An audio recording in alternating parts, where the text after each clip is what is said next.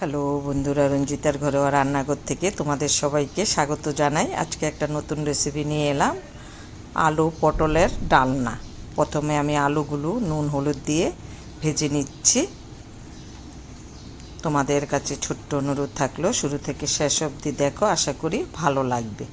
এবার পটলটাও নুন হলুদ দিয়ে ভেজে নেব। এটা নিরামিষ রান্না করব।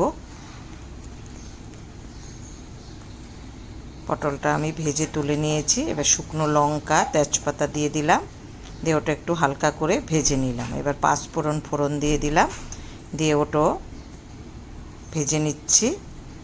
আদা বাটা 2 চামচ, নুন পরিমাণ মতো, জিরের গুঁড়ো 1.5 চামচ, ধনের গুঁড়ো 1 চামচ, হলুদের গুঁড়ো 1.5 চামচ, লঙ্কার গুঁড়ো 1.5 চামচ, আর জল দিয়ে মশলাটা আমি একটু সময় ধরে কষে নেব।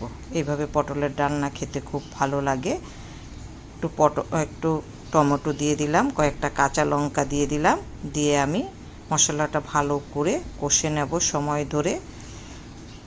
এবার ভেজে রাখা আলু পটলগুলো দিয়ে দিচ্ছি, দিয়ে মশলার সঙ্গে ভালো করে মিশিয়ে নেব। এবার পরিমাণ মতো জল দিয়ে দিলাম, দিয়ে একটু ঢাকা দিয়ে দেব সিদ্ধ হওয়ার জন্য।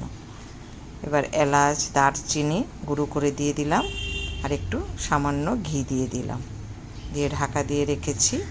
দেখো, দেখতে এরকম হয়েছে, খেতেও খুব ভালো হবে। এটা নিরামিষি রান্না।